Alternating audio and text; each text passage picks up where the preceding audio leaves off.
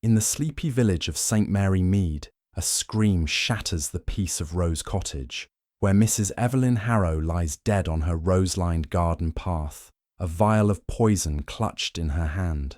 Was it suicide or a chilling murder? Miss Jane Marple, with her sharp eyes and quiet wisdom, unravels a web of secrets, threatening letters, a hidden past, a buried vial, and a scrap of silk. As suspicion falls on a nervous doctor, a gossiping spinster, a secretive solicitor, and a frightened companion, only Miss Marple can uncover the truth hidden among the roses, where vengeance bloomed into murder. Chapter 1. The Invitation to Rose Cottage. In the drowsy calm of St. Mary Mead, where the hedgerows bloomed with spring's first flush, and the church clock ticked with unhurried precision, Miss Jane Marple sat in her favourite armchair by the bay window. Her knitting needles moved with a rhythm as steady as the village itself, producing a pale pink shawl that would, no doubt, find its way to some deserving soul. Outside, the world was a tapestry of green, woven with the delicate threads of lilacs and the distant hum of preparations for the annual garden fete. Yet Miss Marple's attention was not on the blossoms, nor the chatter of passing villagers, but on a letter that lay folded in her lap, its cream envelope bearing the elegant, slightly tremulous script of Mrs. Evelyn Harrow. The letter, delivered that morning by the postman's bicycle, was an invitation to tea at Rose Cottage, the ivy-clad home where Mrs. Harrow had settled some 6 months prior. A widow of refined manners and uncertain origins, Mrs. Harrow had stirred the village's curiosity with her quiet charm and the faint air of mystery that clung to her like perfume. The invitation was polite, almost formal, but Miss Marple's keen eyes noted the uneven slant of the handwriting, as if the pen had been guided by a hand under strain. She tucked the letter into her knitting basket, beside a skein of wool, and allowed her thoughts to drift. Tea invitations, in her experience, were rarely just about tea, especially when penned with such subtle signs of disquiet. At 3 o'clock, Miss Marple donned her best hat, a sensible black felt with a single feather, and made her way down the lane to Rose Cottage. The garden gate creaked as she entered, revealing a path of uneven stones flanked by roses in defiant bloom, their petals a vivid contrast to the sombre occasion she sensed awaited. Mrs. Harrow greeted her at the door, her smile bright, but her eyes shadowed, as if sleep had been a reluctant visitor. "Miss Marple, how kind of you to come," she said, her voice carrying a trace of nervousness that did not escape her guest's notice. The drawing-room was a study in elegance, its chintz curtains drawn to let in the soft afternoon light. A silver tea service gleamed on a mahogany table, and the air held the faint sweetness of lavender. 4 other guests were already seated, their conversation stilted as they sipped from delicate china cups.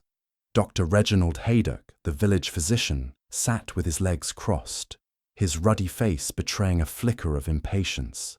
Beside him, Miss Clara Bell, a spinster whose sharp tongue was matched only by her sharper curiosity, adjusted her spectacles and murmured something about the weather.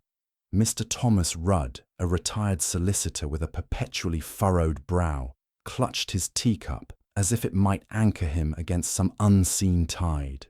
And then there was Lily Foster, Mrs. Harrow's young companion, whose pale hands fidgeted in her lap, her eyes darting to the door with every creak of the floorboards.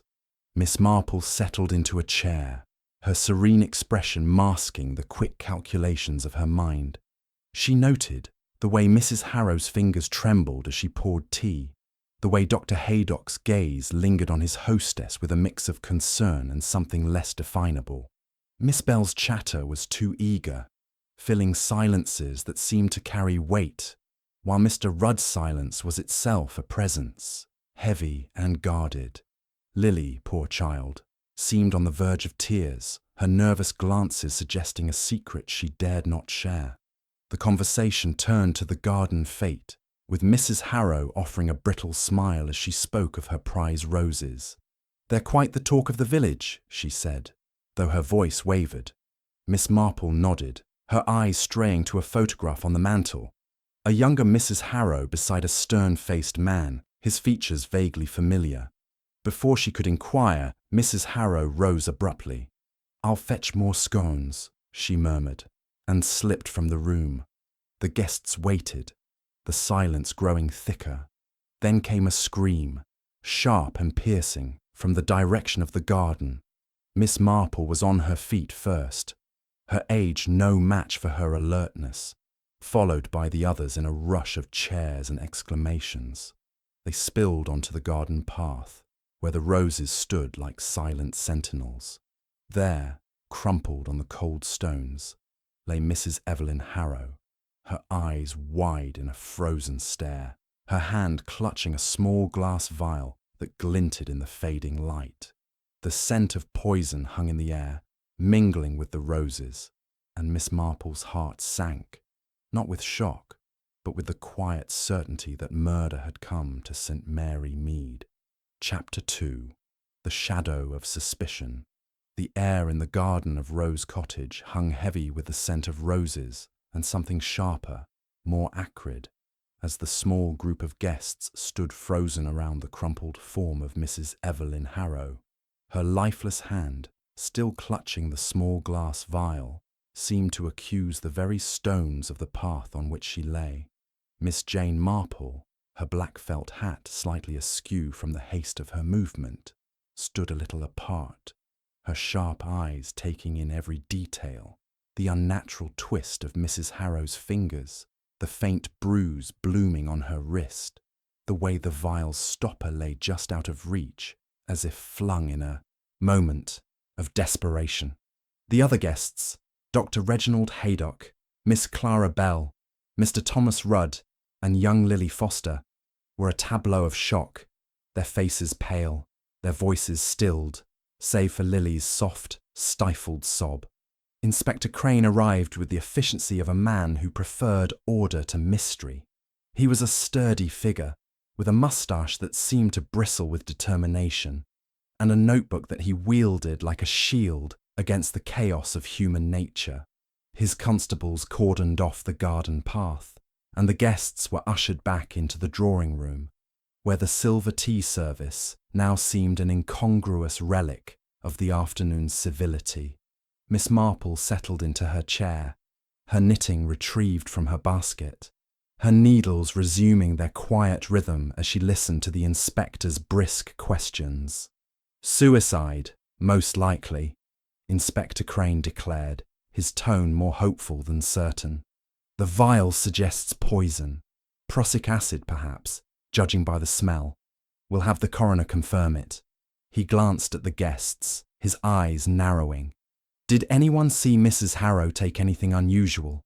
Speak now, if you please." Dr. Haydock cleared his throat, his ruddy cheeks flushing deeper. "I prescribed her a mild sedative for nerves, Inspector. Nothing more. She was unsettled of late, but I'd swear on my practice no poison came from me."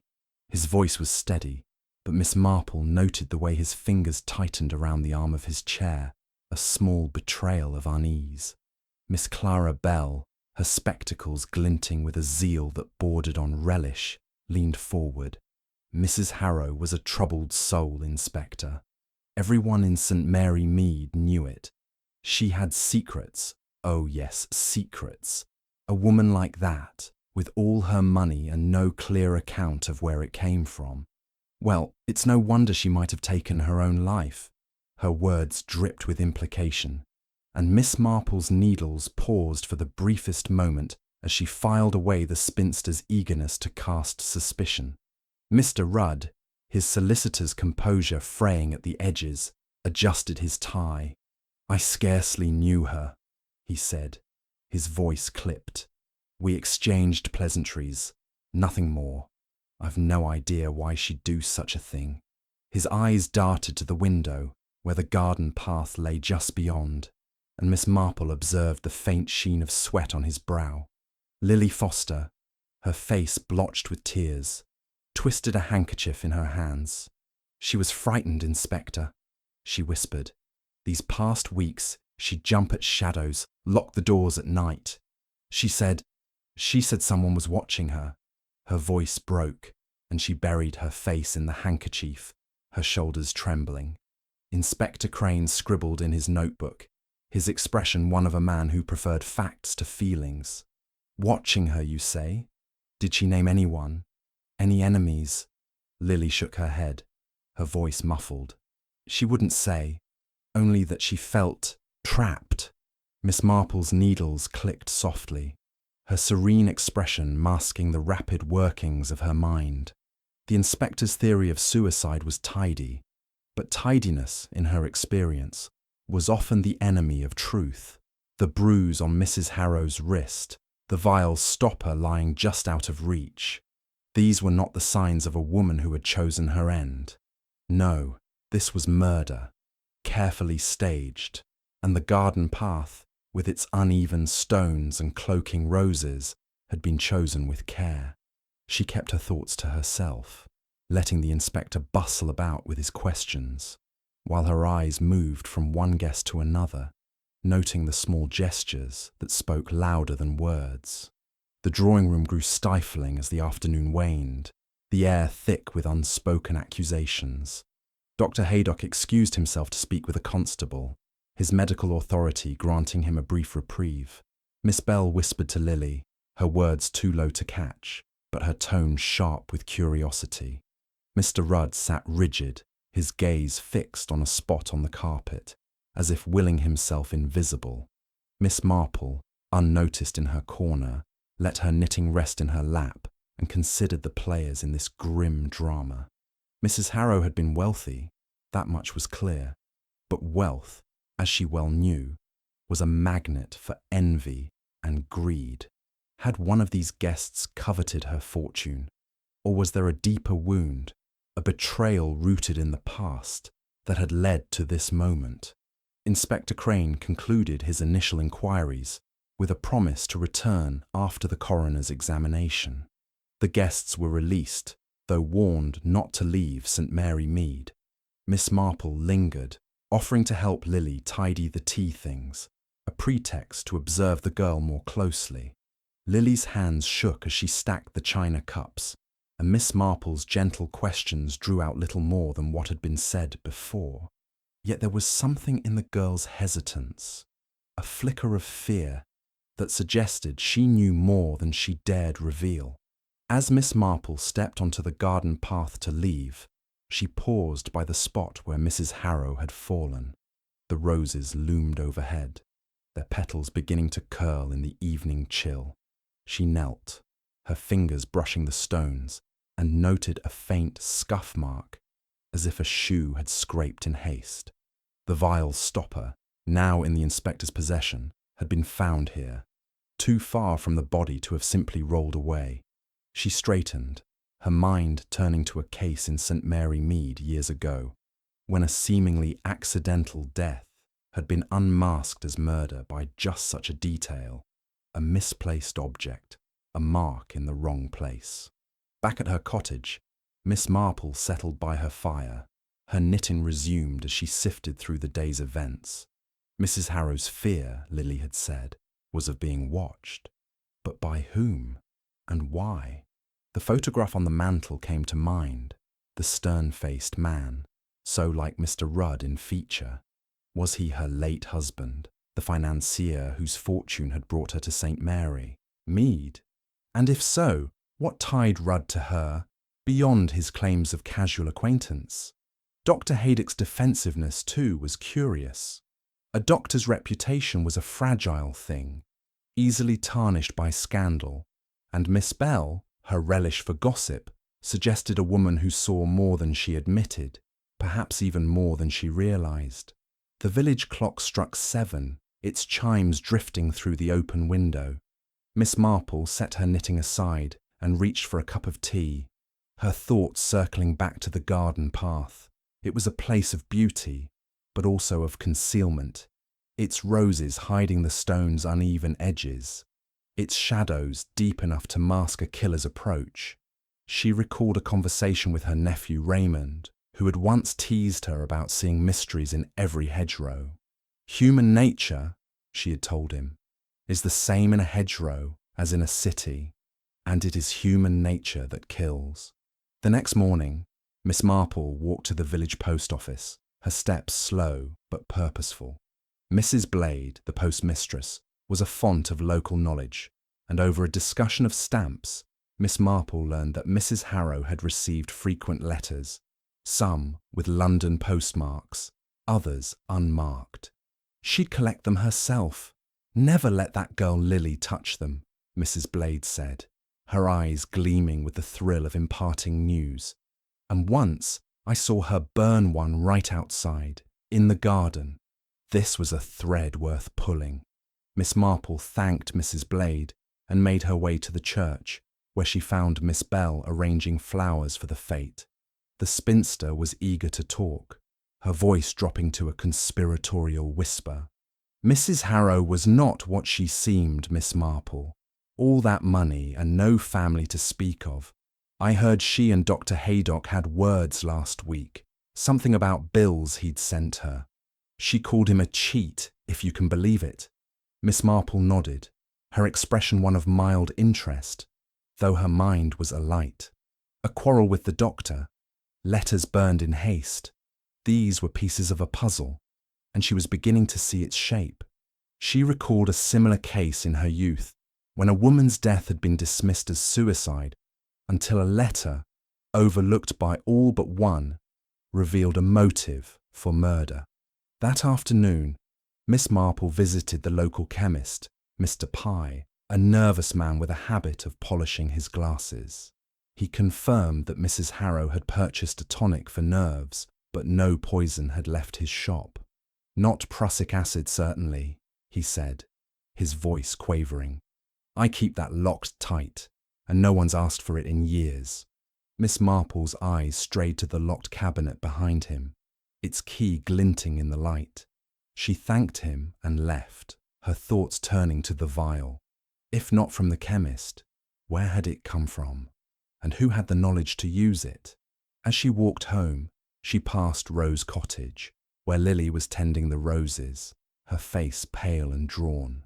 Miss Marple paused, offering a kind word, but the girl's response was halting, her eyes darting to the path where her employer had died. She loved these roses, Lily said softly. She'd spend hours here, even at night. Alone? Miss Marple asked, her tone gentle. Lily hesitated. Mostly, but sometimes I'd see someone in the lane, just beyond the gate. I never got a good look. Miss Marple nodded, her mind cataloguing this new detail. Someone watching, someone waiting, perhaps someone who knew the garden path's secrets better than Mrs. Harrow herself. She returned to her cottage, her knitting resumed, but her thoughts were far from the pink shawl in her hands. The shadow of suspicion had fallen over St. Mary Mead, and Miss Marple knew it would not lift until the truth was uncovered. Stone by stone, petal by petal. Chapter 3. Whispers of the Past. The morning sun filtered through the lace curtains of Miss Marple's cottage, casting delicate patterns on the polished oak floor. She sat at her small writing desk, her knitting set aside for the moment, as she penned a note to her old friend Mrs. Clement, the vicar's wife. The village of St. Mary Mead, though outwardly serene, was abuzz with whispers about Mrs. Evelyn Harrow's death, and Miss Marple knew that the vicarage, with its steady stream of parishioners, was a wellspring of information. Gossip, some might call it, though she preferred to think of it as the raw material of human nature.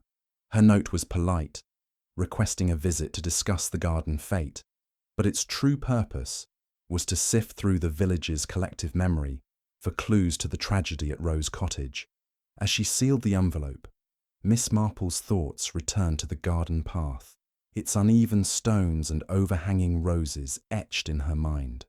The scuff mark she had noticed, the misplaced stopper, the bruise on Mrs. Harrow's wrist, these were not the trappings of a woman who had chosen to end her life. No, Someone had orchestrated her death with care, and Miss Marple suspected the motive lay buried in the widow's past, a past that St. Mary Mead was only too eager to speculate upon. At the vicarage, Mrs. Clement welcomed her with a warm smile and a pot of tea, the table laden with scones fresh from the oven. The vicar's wife was a plump, cheerful woman, whose kindness was matched by an unguarded tongue, a trait Miss Marple found most useful.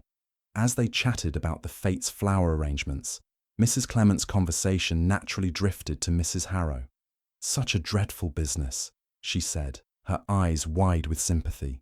"Evelyn was so refined, so elegant, but there was always something guarded about her. People said her husband, Mr. Harrow, left her a fortune, but there were rumours, you know." "Rumours?" Miss Marple's tone was mild, her eyes fixed on her teacup as if the matter were of little consequence. "Oh, yes." Mrs. Clement leaned forward, her voice dropping. "They say Mr. Harrow was a financier in London, quite successful, but not entirely above board. There were whispers of shady dealings, investments that went sour, partners who felt cheated.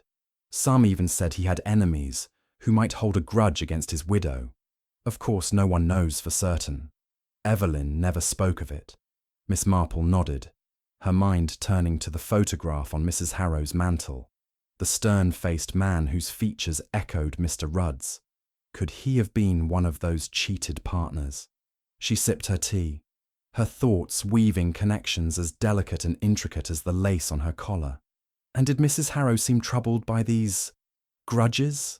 she asked. Mrs. Clement hesitated, her hands smoothing her apron. "I couldn't say for certain, but she did keep to herself more than most. She'd come to church, of course, but always with that girl Lily, never alone. And she'd avoid certain people. Mr. Rudd, for one. I saw her cross the street once when he approached." This was a new thread, and Miss Marple tucked it away. She thanked Mrs. Clement and left the vicarage, her steps taking her toward Rose Cottage. The garden gate stood ajar, and she found Lily Foster inside, kneeling by a flower bed, her hands busy with a trowel. The girl started at Miss Marple's approach, her pale face flushing. "Oh, Miss Marple, I didn't hear you," she said, brushing dirt from her hands. "I didn't mean to startle you, my dear," Miss Marple said, her voice as soothing as a lullaby. "I was just admiring the roses. Mrs. Harrow took such pride in them, didn't she?" Lily nodded, her eyes misting. "She loved them. She'd say they were her solace, especially after things got difficult." "Difficult?" Miss Marple's tone was gentle, inviting confidence without pressing. Lily hesitated, her fingers twisting the hem of her apron. "She was worried, Miss Marple. These past few weeks, she'd lock the doors at dusk, check the windows. She said she felt eyes on her, even in the garden. I thought she was imagining it, but now—" Her voice trailed off, and she looked away, toward the path where her employer had died. Miss Marple followed her gaze, noting the way the roses cast long shadows, their thorns hidden beneath soft petals. "Did she ever mention who might be watching her?" she asked. Lily shook her head, but her hesitation spoke volumes. Not by name, but she'd get letters, strange ones, with no return address. She'd read them and go pale, then burn them in the fireplace. She told me never to open them, never to speak of them. This was a revelation, and Miss Marple's heart quickened, though her expression remained serene. "And these letters, did you ever see what was in them?" "No, ma'am," Lily said quickly, too quickly. "She kept them in a drawer in her desk, locked tight. I wasn't allowed near it." Miss Marple smiled, patting the girl's hand. "You've been very brave, Lily. If you remember anything else, you must tell me. It's the little things, you know, that often matter most." Leaving Rose Cottage, Miss Marple made her way to the village shop, where Miss Clara Bell was holding court among a cluster of locals. Her spectacles flashed as she recounted the tragedy, her voice carrying a note of satisfaction that Miss Marple found distasteful. "Of course it's no surprise," Miss Bell was saying. A woman like that, with all her heirs and her money, she was bound to come to a bad end. Why, I heard she had words with Dr. Haydock only last week, accused him of padding his bills. Imagine that, calling our doctor a cheat. The shop's other patrons murmured, their eyes bright with interest. Miss Marple, lingering by a display of tinned biscuits, listened without seeming to. Dr. Haydock's quarrel with Mrs. Harrow was a thread she had already noted, but Miss Bell's relish in sharing it suggested she might know more, or think she did. Miss Marple approached, her smile disarming. "Good morning, Miss Bell. Such a sad business about Mrs. Harrow. You knew her well, I suppose." Miss Bell sniffed, adjusting her spectacles. "Well enough, Miss Marple. She was pleasant enough, but secretive. Never invited one to tea unless she wanted something. Showing off her roses, I expect. And that quarrel with Dr. Haydock wasn't the only one. She'd snap at poor Lily too, when she thought no one was listening." "Indeed?" Miss Marple's tone was one of polite surprise, though her mind was racing. "And did you ever notice anyone lingering near Rose Cottage? Lily mentioned Mrs. Harrow felt watched." Miss Bell's eyes narrowed, as if weighing how much to reveal. "Well, now that you mention it, I did see Mr. Rudd near her gate once or twice, late in the evening. Just standing there, mind you, not calling or anything. Odd, for a man who claimed to barely know her." This confirmed what Miss Marple had begun to suspect. Mr. Rudd's presence near Rose Cottage, his resemblance to the man in the photograph, the whispers of Mr. Harrow's shady dealings, all pointed to a connection that was more than casual. She thanked Miss Bell and left the shop, her thoughts turning to the locked drawer Lily had mentioned. A letter, perhaps, held the key to Mrs. Harrow's fears and her death. That afternoon, Miss Marple called on Inspector Crane, who was stationed at the village hall, his desk cluttered with reports.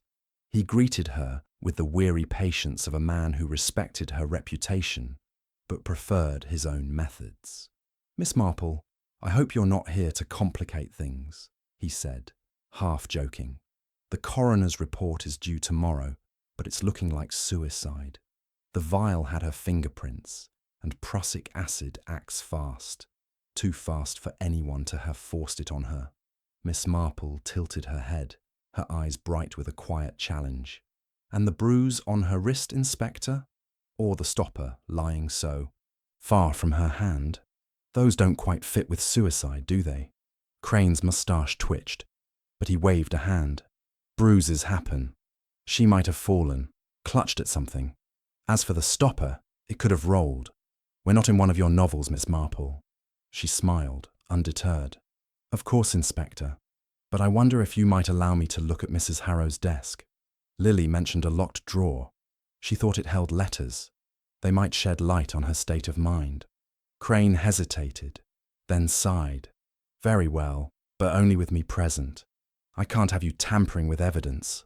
At Rose Cottage, the drawing room felt colder, the air heavy with the absence of its mistress. Lily was nowhere to be seen, and Miss Marple was glad of it. The girl's nerves were frayed enough. The desk, a delicate mahogany piece, stood in a corner, its locked drawer unyielding. Inspector Crane produced a key, obtained from the household, and opened it. Inside was a single letter, its envelope plain but for a single initial, T, scrawled in black ink. The paper was heavy, the writing sharp and precise. "You cannot hide from the past. What was taken must be repaid. Leave St. Mary Mead, or face the consequences." The letter was unsigned, but the initial T loomed large in Miss Marple's mind. Thomas Rudd. She kept her expression neutral as Crane bagged the letter, muttering about handwriting analysis. "It's something, I suppose," he said, "but it doesn't prove murder." "Perhaps not," Miss Marple replied, her voice soft. "But it proves someone wished her gone." As she left Rose Cottage, the garden path seemed to whisper its own secrets, the roses swaying in the breeze. Miss Marple thought of a case from her youth, when a threatening letter had led to a poisoner's downfall, not because of the letter itself, but because of what it revealed about the writer's heart.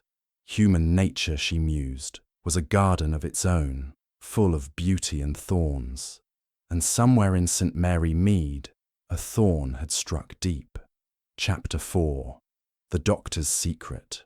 The morning mist clung to the lanes of St. Mary Mead, softening the outlines of the cottages and lending the village an air of quiet secrecy. Miss Jane Marple, her black felt hat firmly in place, walked with measured steps toward the home of Dr. Reginald Haydock, her knitting basket swinging lightly at her side. The events at Rose Cottage weighed heavily on her mind, and the doctor's defensive manner during Inspector Crane's questioning had not escaped her notice. A man of his position, she knew, could ill afford scandal, and Mrs. Harrow's accusation of overcharging, hinted at by Miss Bell, suggested a fracture in his otherwise polished reputation. Miss Marple's invitation to tea, delivered the previous evening, had been accepted with a brusqueness that only sharpened her curiosity. Dr. Haydock's house, a solid Georgian affair with ivy creeping up its brickwork, stood at the edge of the village, its garden meticulously tended, but lacking the wild beauty of Rose Cottage's roses. The doctor himself opened the door, his ruddy face creasing into a smile that did not quite reach his eyes. "Miss Marple, a pleasure," he said, ushering her into a parlour where a fire crackled against the morning's chill.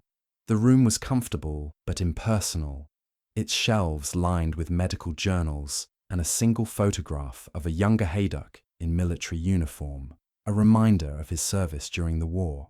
Tea was served by a housekeeper, who withdrew with a nod, leaving them alone. Miss Marple settled into a chair, her knitting needles clicking softly as she opened the conversation with remarks on the garden fate's success. Dr. Haydock responded with polite enthusiasm, but his fingers drummed on the arm of his chair, a small sign of unease that Miss Marple noted with interest. She steered the conversation gently, like a shepherd guiding a reluctant flock, toward Mrs. Harrow. "Such a tragedy," she said, her voice soft with sympathy. "Mrs. Harrow seemed so vital, so full of plans for her roses. You attended her, I believe, for her nerves." Haydock's smile tightened. "Yes, I prescribed a mild sedative, nothing out of the ordinary. She was anxious, as some women are when they move to a new place. The village can be overwhelming with all its chatter." His tone carried a faint edge, as if he resented the village's scrutiny. Miss Marple nodded, her needles pausing as she met his gaze. "Of course, though I heard, perhaps it's only gossip, that Mrs. Harrow was displeased with your fees, something about overcharging." Her question was gentle, almost apologetic, but her eyes were sharp, watching for the smallest flicker of reaction. The doctor's face reddened, and he set his teacup down with a clink. "Gossip indeed," he said, his voice clipped. "Mrs. Harrow misunderstood my billing. I explained it was a clerical error, nothing more. She was satisfied, or so I thought." His fingers resumed their drumming, and Miss Marple noted the way his eyes slid toward the window, avoiding hers. "A misunderstanding can be so distressing," she said, her tone soothing. "Especially for a woman like Mrs. Harrow, who seemed to carry her own burdens. Did she ever speak of her past? Her husband, perhaps?" Haydock shook his head, too quickly. "Never. She was private, kept to herself. I only treated her symptoms, Miss Marple, not her life story." He stood, as if to signal the end of the conversation, but Miss Marple remained seated, her knitting resumed. "Of course," she said, her voice as mild as milk, "though I wonder about that vial of poison. Prussic acid," the inspector said. "Not something one finds in a village chemist, surely?" The doctor's jaw tightened, but he forced a smile. "No, indeed. I've no idea where it came from. My surgery is strictly regulated. Nothing like that in my stores." He moved toward the door, his manner polite but firm. "I'm afraid I have patients to see, Miss Marple. Thank you for the tea." She rose, her smile serene, but her mind was alight with new threads. Haydock's defensiveness, his quick dismissal of Mrs. Harrow's past, suggested he knew more than he admitted. A doctor, she mused, had access to substances others did not, and a man with a reputation to protect might go to great lengths to silence a threat. Her next stop was the village chemist, Mr. Pye, whose shop was a narrow space filled with the sharp scent of herbs and antiseptics. Mr. Pye, a thin man with a nervous habit of polishing his glasses, greeted her with a wary nod. Miss Marple, under the pretense of purchasing a tonic for rheumatism, steered the conversation to Mrs. Harrow. "Such a sad loss," she said. "I suppose she came here often for her nerves." Mr. Pye nodded, his glasses glinting as he cleaned them. "Oh yes, she bought a tonic now and then. Perfectly harmless, mind you. Never anything stronger." His voice quavered, and Miss Marple's eyes strayed to the locked cabinet behind him, its key hanging from a chain on his belt. "And prussic acid?" she asked, her tone so casual it might have been about the weather. "I suppose you keep such things under lock and key?" Mr. Pye's hand froze on his glasses, and he swallowed hard. "Of course, Miss Marple. It's not something we sell, not without a doctor's order, and I've had no such orders in years." His eyes darted to the cabinet, and Miss Marple's heart quickened. She thanked him and left, her thoughts circling the locked cabinet and the doctor's evasive manner. That evening, as the sun dipped below the horizon, Miss Marple sat by her fire, her knitting a soft rhythm against the silence. Her maid, Cherry, bustled in with a tray of cocoa, her chatter a welcome distraction. "The village is all aflutter, miss," Cherry said, setting the tray down. "They're saying Mrs. Harrow was poisoned, but no one knows how, and I saw Mr. Rudd last night, near Rose Cottage, carrying a parcel. Looked ever so odd, he did, skulking about." Miss Marple's needles paused, her mind seizing on this new detail. "A parcel, you say? What sort?" Cherry shrugged. "Small, wrapped in brown paper. He was holding it tight, like he didn't want anyone to see." Miss Marple sipped her cocoa, her thoughts turning to the letter signed T in Mrs. Harrow's drawer. Thomas Rudd, with his solicitor's knowledge and his furtive presence near Rose Cottage, was emerging as a figure of interest. She recalled a case from her early days in St. Mary Mead, when a man's late-night wanderings had led to a confession of theft, not murder, but the principle was the same. People, she knew, revealed themselves in their habits, their small betrayals of intent. The next morning, she attended the Garden Fate Committee meeting at the village hall, where the air was thick with speculation. Miss Bell was there, her spectacles flashing as she whispered to a group of women about Mrs. Harrow's wealth. "All that money and no heirs," she said, her voice carrying. "Mark my words, someone wanted it for themselves." Miss Marple, arranging a tray of sandwiches, listened without seeming to. She noted Mr. Rudd's absence from the meeting, though he had promised to help with the accounts. Dr. Haydock was present, but his attention seemed fixed on Mrs. Pye, the chemist's wife, who stood by the tea urn, her face flushed as he spoke to her in low tones. Miss Marple's eyes narrowed. An affair, perhaps, or something less romantic, but equally dangerous. As the meeting ended, she approached Lily Foster, who was arranging flowers for the Fates centerpiece. The girl's hands trembled, and her eyes were red-rimmed, as if she had not slept. "Lily, my dear," Miss Marple said, her voice gentle, "you mustn't let this weigh on you. But if there's anything you haven't told the inspector, anything about those letters perhaps, you must share it. It could help." Lily's lips parted, but no words came. She glanced toward the door, where Dr. Haydock was now speaking with Inspector Crane, and her face paled. I can't, Miss Marple. It's too dangerous." "Dangerous?" Miss Marple's tone was soft, but her eyes were sharp. "For whom, my dear?" Lily shook her head. her hands clutching a rose stem so tightly that a thorn drew blood. "I don't know. I don't know." She turned away, and Miss Marple let her go, knowing that fear would yield its secrets in time.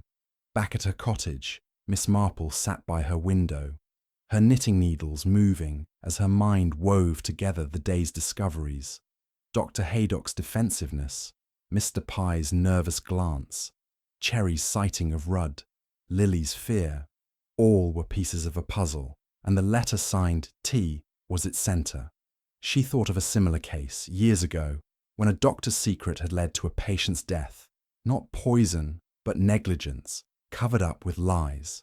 Human nature, she mused, was a tapestry of flaws, and someone in St. Mary Mead had woven a deadly thread. Chapter 5. The Companion's Tale. The soft glow of morning light filtered through the curtains of Miss Jane Marple's cottage, casting a gentle warmth over the familiar clutter of her sitting room. Her knitting lay folded on the table, a pale pink shawl half finished, its delicate stitches a quiet testament to her patience. Outside, St. Mary Mead stirred with the subdued bustle of a village still reeling from the shock of Mrs. Evelyn Harrow's death. The garden fete loomed, its preparations a thin veneer over the whispers of poison and betrayal that now threaded through every conversation. Miss Marple, however, was focused on a single thread. Lily Foster, the young companion whose nervous glances and halting words suggested she held a piece of the puzzle. Miss Marple had seen fear before, fear that silenced, fear that drove people to hide truths they dared not speak. Lily's trembling hands and evasive answers at the Fate Committee meeting had confirmed her suspicions. The girl knew something, perhaps more than she realised. With a quiet resolve, Miss Marple penned a note inviting Lily to tea that afternoon, phrasing it with the warmth of a concerned aunt rather than the sharpness of an inquisitor. She sealed the envelope and entrusted it to Cherry, her maid, with instructions to deliver it to Rose Cottage. As she waited, Miss Marple's thoughts turned to the letter signed T, found in Mrs. Harrow's locked drawer. Its cryptic warning, "You cannot hide from the past. What was taken must be repaid. Leave St. Mary Mead, or face the consequences," had the weight of a grudge long nurtured. The initial pointed to Thomas Rudd, but Miss Marple knew better than to leap to conclusions. Human nature, she reflected, was rarely so straightforward, and the truth often lay in the shadows of assumption. She recalled a case from her youth, when a threatening letter had been a diversion, its author innocent, but its contents a spark for murder. Lily arrived promptly at 3, her pale face framed by a simple bonnet, her hands clasped tightly as if to steady herself. Miss Marple greeted her with a smile, ushering her into the sitting room, where a tray of tea and biscuits awaited. The fire crackled, its warmth easing the chill of the spring afternoon, and Miss Marple poured tea with the practised ease of one who knew how to put others at ease. "You must be exhausted, my dear," she said, handing Lily a cup. "All this sadness at Rose Cottage. It's a heavy burden for one so young." Lily's lips trembled, but she managed a nod. "It's been awful, Miss Marple. I keep seeing her, lying there on the path, with those roses all around." Her voice broke, and she sipped her tea, her eyes fixed on the cup, as if it held answers. Miss Marple's needles clicked softly, a soothing rhythm that filled the silence. "Mrs. Harrow was fond of you, wasn't she?" she asked, her tone gentle. "She must have trusted you to keep you so close." Lily's cheeks flushed and she nodded. "She was kind to me, mostly. She'd get cross sometimes, but only when she was frightened. Those last few weeks, she was different, like she was waiting for something terrible." "Frightened?" Miss Marple's voice was soft, inviting confidence. "You mentioned she felt watched. Did she ever say what troubled her?" Lily hesitated, her fingers twisting the edge of her shawl. "Not exactly, but there were those letters. She'd get them every few days, sometimes more. She'd read them in her study, then burn them. Once, I saw her hands shaking so badly she dropped one, and I caught a glimpse of it. It said something about paying for his sins. She snatched it away before I could read more. Miss Marple's needles paused, her mind seizing on this new detail. His sins, she repeated softly. Her husband, perhaps. Did she ever speak of him? Lily shook her head, her eyes darting to the window. Never by name, but she'd talk about mistakes that couldn't be undone. She said the roses were her way of starting over, like they could cover up the past. But those letters, they made her afraid. And the locked drawer? Miss Marple asked, her voice as light as a breeze. You said she kept letters there. Did you ever see what was in them, beyond that one glimpse? Lily's face paled, and she set her cup down with a clatter. I wasn't supposed to touch it. She was strict about that. But after she died, I looked just once. There was only that one letter, the one the inspector found. The others were gone. Burned, I suppose. Miss Marple nodded, her expression serene, but her thoughts racing. The burned letters, the single one left behind. Had Mrs. Harrow kept it deliberately, or had her killer overlooked it? And why only one? She recalled a case in St. Mary Mead years ago, when a single letter had been left as a taunt, its writer unaware it would lead to their undoing. You've been very helpful, Lily, she said, patting the girl's hand. If you remember anything else, anything at all, you must tell me. It's the smallest things that matter. Lily nodded, but her eyes were troubled, and she left the cottage with a hurried step, as if eager to escape its warmth. Miss Marple watched her go, her mind turning to the photograph on Mrs. Harrow's mantel. The man's stern features, so like Mr. Rudd's, suggested a connection that went beyond village acquaintance. Had he been her husband's partner, wronged in some long-ago deal, or was there a deeper tie, one that explained his late-night visits and the parcel Cherry had seen? That afternoon, Miss Marple called on Inspector Crane at the village hall, where he was sifting through reports with a furrowed brow. He greeted her with a sigh, his moustache twitching with impatience. Miss Marple, I hope you're not here with more theories. The coroner's report is in prussic acid, as I thought. Her fingerprints on the vial, no others. It's suicide, plain and simple. Miss Marple tilted her head, her eyes bright with quiet determination. Plain, perhaps, but not simple, Inspector. That letter in her drawer. For Thomas, perhaps. And Lily's talk of burned letters, hinting at her husband's sins. Surely that suggests someone wished her harm. Crane rubbed his temples, his notebook lying open before him. The letter's being analysed, but it's thin evidence. Rudd denies writing it, and we've no proof otherwise. As for burned letters, they're gone. Hardly evidence at all. Perhaps, Miss Marple said, her voice mild. But I wonder if you might let me see Mrs. Harrow's study again. There may be something overlooked, something small. Crane sighed, but relented, accompanying her to Rose Cottage. The study was a small room off the drawing room, its walls lined with books, and a single window overlooking the garden path. The mahogany desk stood as Lily had described, its locked drawer now empty save for a few blank sheets of paper. Miss Marple's eyes scanned the room, noting the fireplace where ashes lay in a thin layer. She knelt, her fingers sifting through the cinders, and found a scrap of paper, its edges charred, but a few words still legible. Debts unpaid. Beware.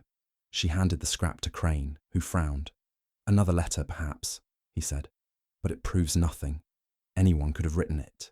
Anyone, Miss Marple agreed, but her mind was on Dr. Haydock's quarrel with Mrs. Harrow over unpaid bills. Had the words, debts unpaid, referred to money or something less tangible? She thanked Crane and left, her thoughts turning to the garden fete, where the village would gather tomorrow. It was a perfect stage for observation, where unguarded moments might reveal what careful words concealed. The fete dawned bright and clear, the village green alive with stalls and laughter. though the shadow of Mrs. Harrow's death lingered. Miss Marple, in her best Sunday hat, moved among the crowd, her eyes sharp beneath its brim. Miss Bell was there, whispering to a group of women about Mrs. Harrow's wealth, her voice carrying a note of triumph. Mr. Rudd stood by the tea tent, his face drawn, his eyes avoiding Lily, who was arranging roses at a flower stall. Dr. Haydock, meanwhile, hovered near Mrs. Pye, the chemist's wife, his hand brushing hers as he passed her a cup of tea. Miss Marple noted the flush on Mrs. Pye's cheeks, the way her husband watched from across the green, his glasses glinting with something like suspicion. She approached Lily, offering a kind word about the roses. "They're lovely, my dear," she said. "Mrs. Harrow would have been proud." Lily's smile was strained. "She taught me how to care for them. It's all I have left of her." Her voice cracked, and she turned away, her hands trembling as she adjusted a bloom. Miss Marple lingered, her gaze straying to Mr. Rudd, who was now speaking with a stranger, a man in a dark coat, his face unfamiliar. Their conversation was brief, but Rudd's posture was tense, his hand clutching a folded paper. She made a mental note to ask Cherry if the stranger resembled the man she'd seen near Rose Cottage. As the fete wound down, Miss Marple returned to her cottage, her knitting resumed by the fire. The scrap of burned letter, the photograph, Lily's fear, Rudd's furtive behaviour, all were threads in a tapestry that was slowly taking shape. She thought of a case from her early days, when a young woman's silence had hidden a killer's motive, until a single word, overheard at a fete, had unravelled the truth. Human nature, she mused, was a garden of secrets, and somewhere in St. Mary Mead, one secret had bloomed into murder. Chapter 6. The Garden Secret. The late afternoon sun cast long shadows across St. Mary Mead, its golden light filtering through the budding trees and gilding the rooftops of the village's cottages. Miss Jane Marple, her knitting basket tucked under her arm, walked with a purposeful tread toward Rose Cottage. The garden fete had provided a wealth of observations: Mr. Rudd's tense exchange with a stranger, Dr. Haydock's overly familiar manner with Mrs. Pye, Lily Foster's trembling hands. But it was the garden path itself that called her back. The uneven stones, the overhanging roses, the faint scuff mark she had noticed on the day of Mrs. Harrow's death. These were silent witnesses to a crime that Miss Marple was certain was no suicide. As she approached Rose Cottage, the garden gate creaked under her hand, a sound that seemed to echo the unease that hung over the place. The roses, still vibrant despite the tragedy, lined the path like sentinels, their petals catching the light in a way that seemed almost defiant. Miss Marple paused where Mrs. Harrow had fallen, her eyes tracing the stone's irregularities. The scuff mark was still there, fainter now, but unmistakable, a testament to a struggle or a hurried retreat. She knelt, her sensible shoes sinking slightly into the soft earth, and examined the ground more closely. Near the base of a rose bush, where the thorns were thickest, she spotted something caught in the foliage, a scrap of fabric, silk by the feel of it, its deep blue hue incongruous against the green leaves. It was not from Mrs. Harrow's dress, which had been a soft grey, nor from Lily's plain cotton frock. Miss Marple tucked the scrap into her handkerchief, her mind alight with possibilities.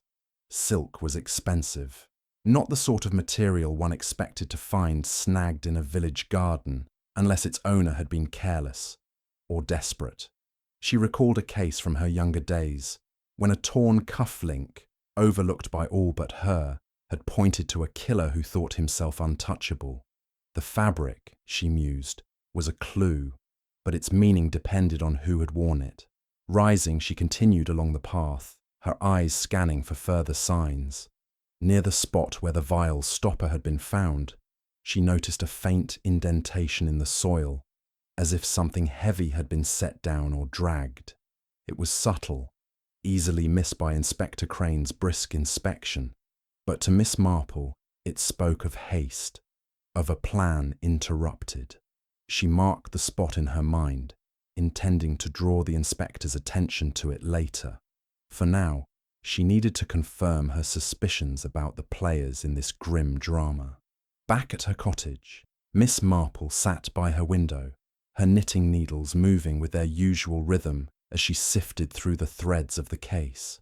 The letter signed T, the burned scraps hinting at debts unpaid, the photograph of a man resembling Mr. Rudd, Dr. Haydick's defensiveness, Lily's fear, all pointed to a motive rooted in the past, a grudge that had festered until it bloomed into murder. The silk scrap was a new piece, and she wondered if it belonged to Mr. Rudd, whose solicitor's wardrobe might include such finery, or perhaps to Dr. Haydock, whose polished demeanour suggested a taste for quality. Or could it be the stranger at the fete, whose dark coat and furtive manner had caught her eye? Her thoughts were interrupted by Cherry, who bustled in with a tray of tea and a fresh batch of gossip. "The village is still talking, miss," she said, setting the tray down. "They're saying Mr. Rudd's been asking questions about Mrs. Harrow's will down at the pub. Bold as brass, if you ask me, with her not even buried yet." Miss Marple's needles paused, her eyes brightening. "Indeed. And did anyone say what he wanted to know?" Cherry nodded, eager to share. "He was asking if she'd left anything to Lily, or if it all went to some distant cousin. Funny thing, though, Mrs. Blade at the post office said she saw him with that stranger from the fete, the one in the dark coat. They were talking behind the church, looking all secretive." This was a thread worth pulling, and Miss Marple made a mental note to inquire further about the stranger. She thanked Cherry and sipped her tea, her mind returning to the garden path. The indentation, the silk scrap, the scuff mark, all suggested a struggle, a moment of violence carefully concealed. She recalled a conversation with her nephew Raymond, who had once laughed at her knack for finding clues in the mundane. "It's not the clues, my dear," she had told him, "but what they say about the person who left them." The next morning, Miss Marple called on Inspector Crane, who was at the village hall, his desk cluttered with reports and a map of Rose Cottage's garden. He greeted her with a weary nod, his moustache drooping under the weight of the case. "Miss Marple, I suppose you've another theory," he said, half resigned. "The coroner's sticking with suicide, you know. The evidence is clear. Her fingerprints, the poison, her nerves." Miss Marple tilted her head, her expression serene but her eyes sharp. "Clear, perhaps, but incomplete, Inspector. Have you considered the garden path itself? There's an indentation near where the stopper was found, and a scrap of silk caught in the roses. Not Mrs. Harrow's, I'm certain." Crane's brow furrowed, but he scribbled a note. "Silk, you say? And an indentation. I'll have my men look again, but it's likely nothing. A gardener, perhaps, or a delivery boy." "Perhaps," Miss Marple said, her voice mild. "But I wonder if you might search the garden more thoroughly, near the rose bush, where the thorns are thickest. There may be something buried, something the killer didn't want found." Crane sighed, but agreed, and they walked to Rose Cottage together, the inspector's stride brisk, Miss Marple's measured but determined. The garden was quieter now, the roses beginning to wilt as if mourning their mistress. Crane's constable, a young man with a keen eye, knelt by the rose bush at Miss Marple's direction and began to dig. Within moments, he unearthed a small glass vial, identical to the one found in Mrs. Harrow's hand, its surface smudged with dirt but intact. Crane's eyes widened, his moustache twitching with surprise. "Well, I'll be damned," he muttered, then caught himself. "Pardon, Miss Marple. This changes things." "It does," she agreed, her tone gentle but her mind racing. The second vial suggested a killer who had planned to stage a suicide, but had been careless, or interrupted. The silk scrap, the indentation, the scuff mark, all pointed to a struggle, a moment of violence that had left its mark on the garden. Back at the village hall, Crane examined the vial, his expression grim. No fingerprints, but it's the same make as the other. If this was murder, someone went to great lengths to hide it. Miss Marple nodded, her thoughts turning to the suspects. Mr. Rudd, with his late-night visits and interest in Mrs. Harrow's will, was a likely candidate, but Dr. Haydock's evasiveness and his connection to the chemist's wife could not be ignored. And then there was the stranger, whose presence at the fete suggested an outsider's hand in the village's tragedy. That evening, Miss Marple sat by her fire, her knitting needles moving as she pieced together the clues. The second vial was a breakthrough, but it raised new questions. Had the killer brought two vials, one to force on Mrs. Harrow, the other to plant as evidence? Or had the second been dropped in haste, a mistake that betrayed their presence? She recalled a case from years ago when a hidden weapon, carelessly buried, had led to a confession. The garden, she mused, was a place of beauty and concealment, its secrets buried as surely as the vial. As the village clock struck 9, Miss Marple set her knitting aside, her mind made up. The garden path held the key to Mrs. Harrow's death, and she would unravel its secrets, stone by stone. Tomorrow, she would gather the suspects, not to accuse, but to observe, to let their own actions reveal the truth. Human nature, she knew, could not resist the pull of a carefully laid trap. Chapter 7. The trap is sprung. The morning air in St. Mary Mead carried a crisp edge, the kind that sharpened the senses and hinted at secrets waiting to be uncovered. Miss Jane Marple sat in her cottage, her knitting needles idle for once as she prepared for the day's task. The garden fete had passed, its gaiety overshadowed by the grim discovery of the second vial buried beneath the rosebush at Rose Cottage. That vial, identical to the one found in Mrs. Evelyn Harrow's hand, had shifted Inspector Crane's perspective, if only slightly, from suicide to the possibility of murder. Miss Marple, however, needed no convincing. The silk scrap, the scuff mark, the indentation in the soil, the letter signed T, all were threads in a tapestry of deceit, and she was determined to weave them into a truth that could no longer be ignored. Her plan was simple, yet rooted in her deep understanding of human nature. People, she knew, revealed themselves when pressed, their masks slipping in moments of unguarded tension. She had invited the key figures, Dr. Reginald Haydock, Miss Clara Bell, Mr. Thomas Rudd, and Lily Foster, to Rose Cottage under the pretense of discussing the fate's proceeds, which were to be donated to the church in Mrs. Harrow's memory. Inspector Crane, at her gentle insistence, would be present, his notebook at the ready. Miss Marple's true purpose was not charity, but observation, a chance to watch the suspects interact in the very place where Mrs. Harrow had met her end.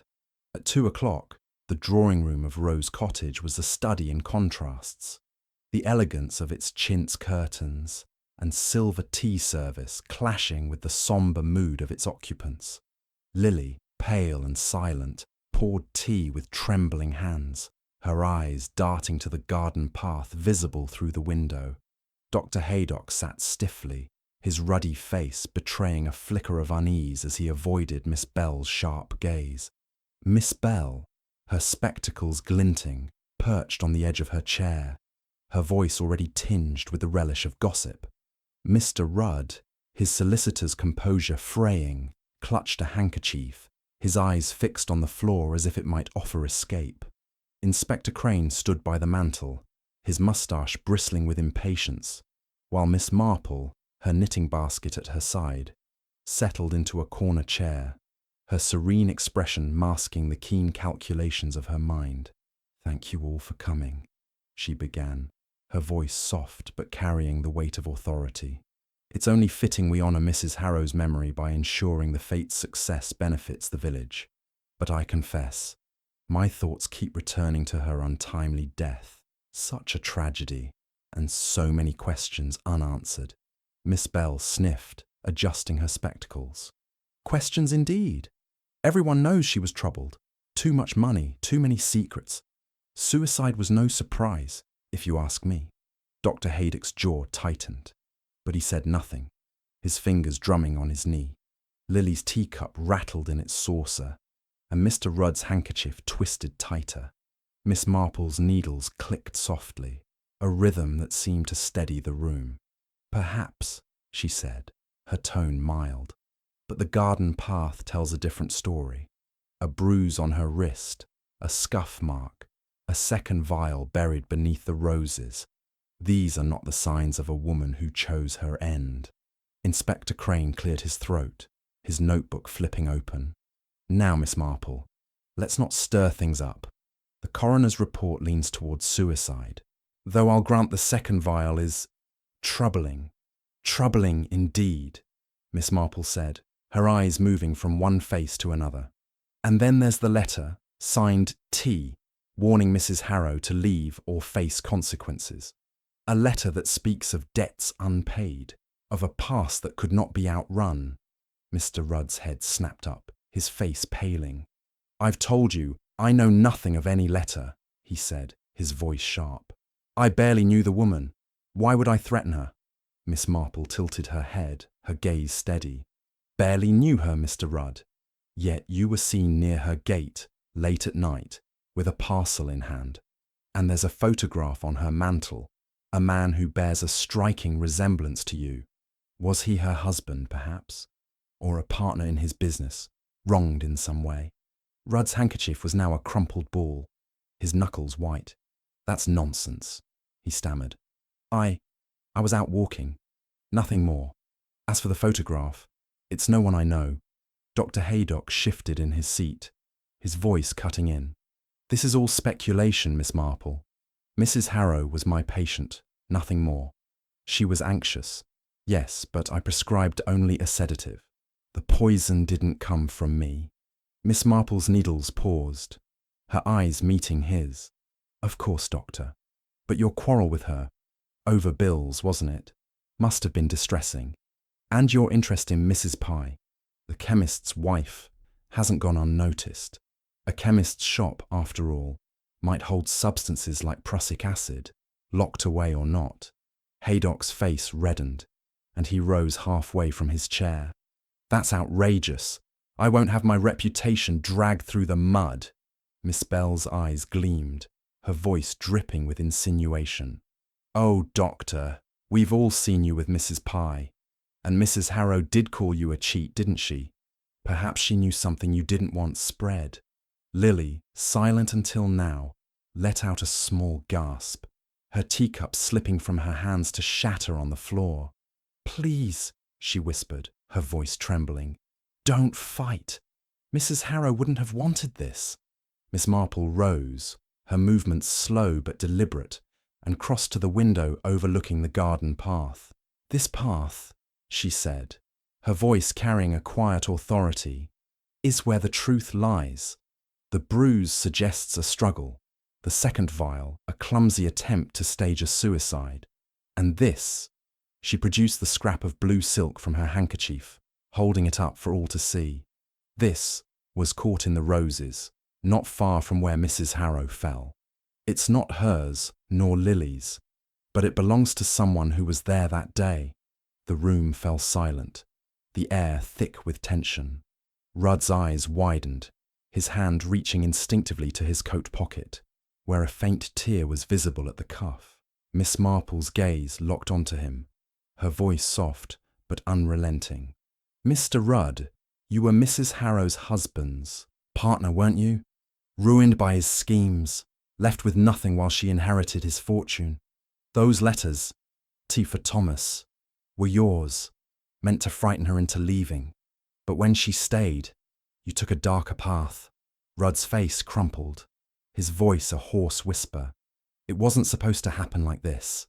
I only wanted her to leave, to give me what was mine. But she laughed at me, said I'd never prove it. That day in the garden, I lost control. The poison was meant to scare her, but she fought. And he broke off, his shoulders sagging as the confession spilled out. Inspector Crane was on his feet, his notebook forgotten as he signalled to his constable. "Thomas Rudd, you're under arrest for the murder of Evelyn Harrow."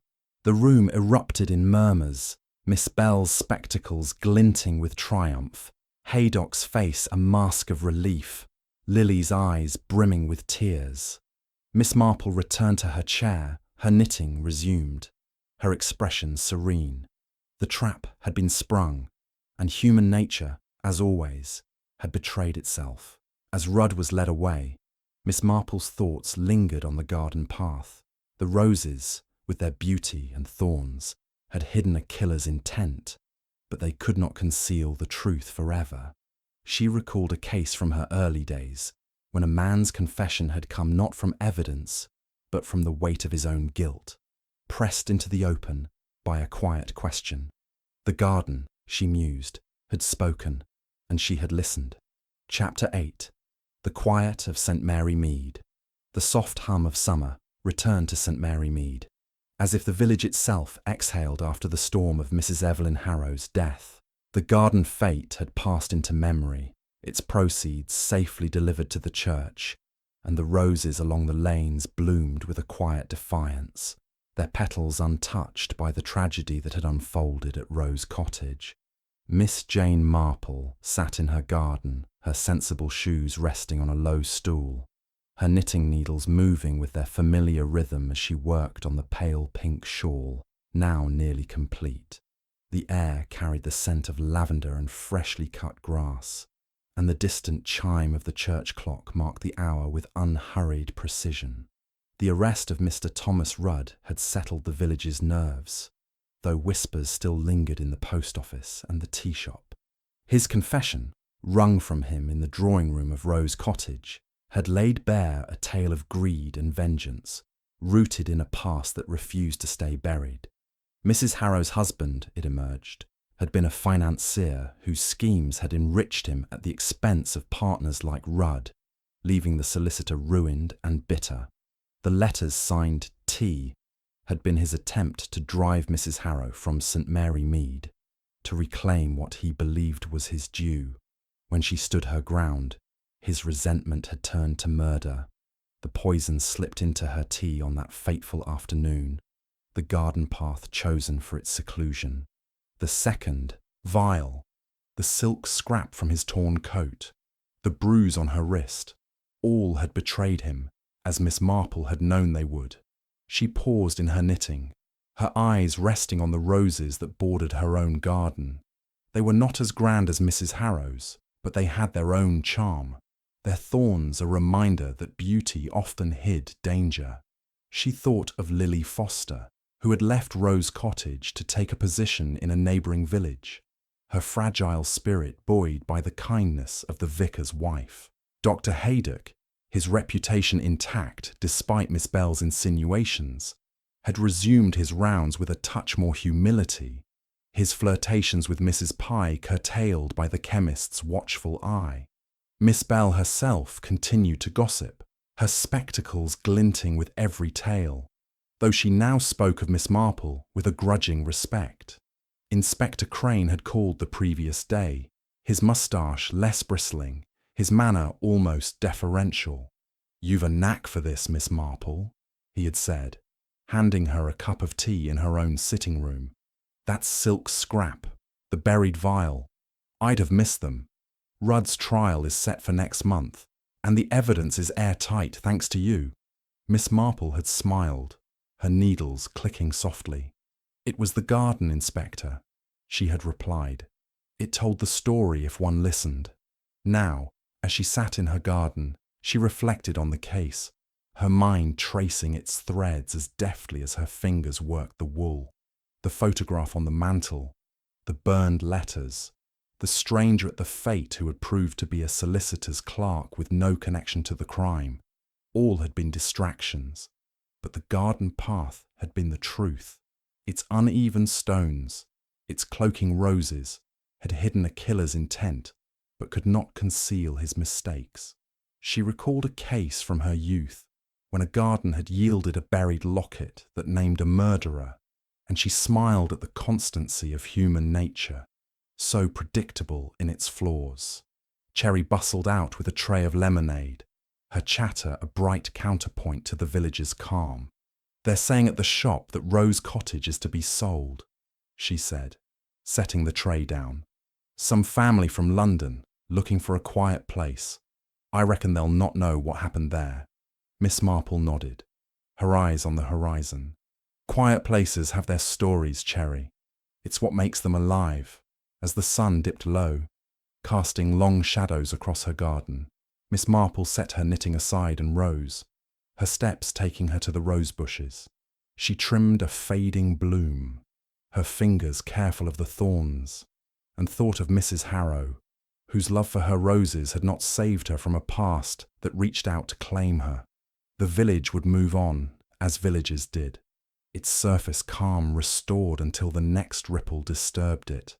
And Miss Marple, with her knitting and her sharp eyes, would be there, ready to listen to the whispers of human nature, as constant as the roses that bloomed in St. Mary Mead.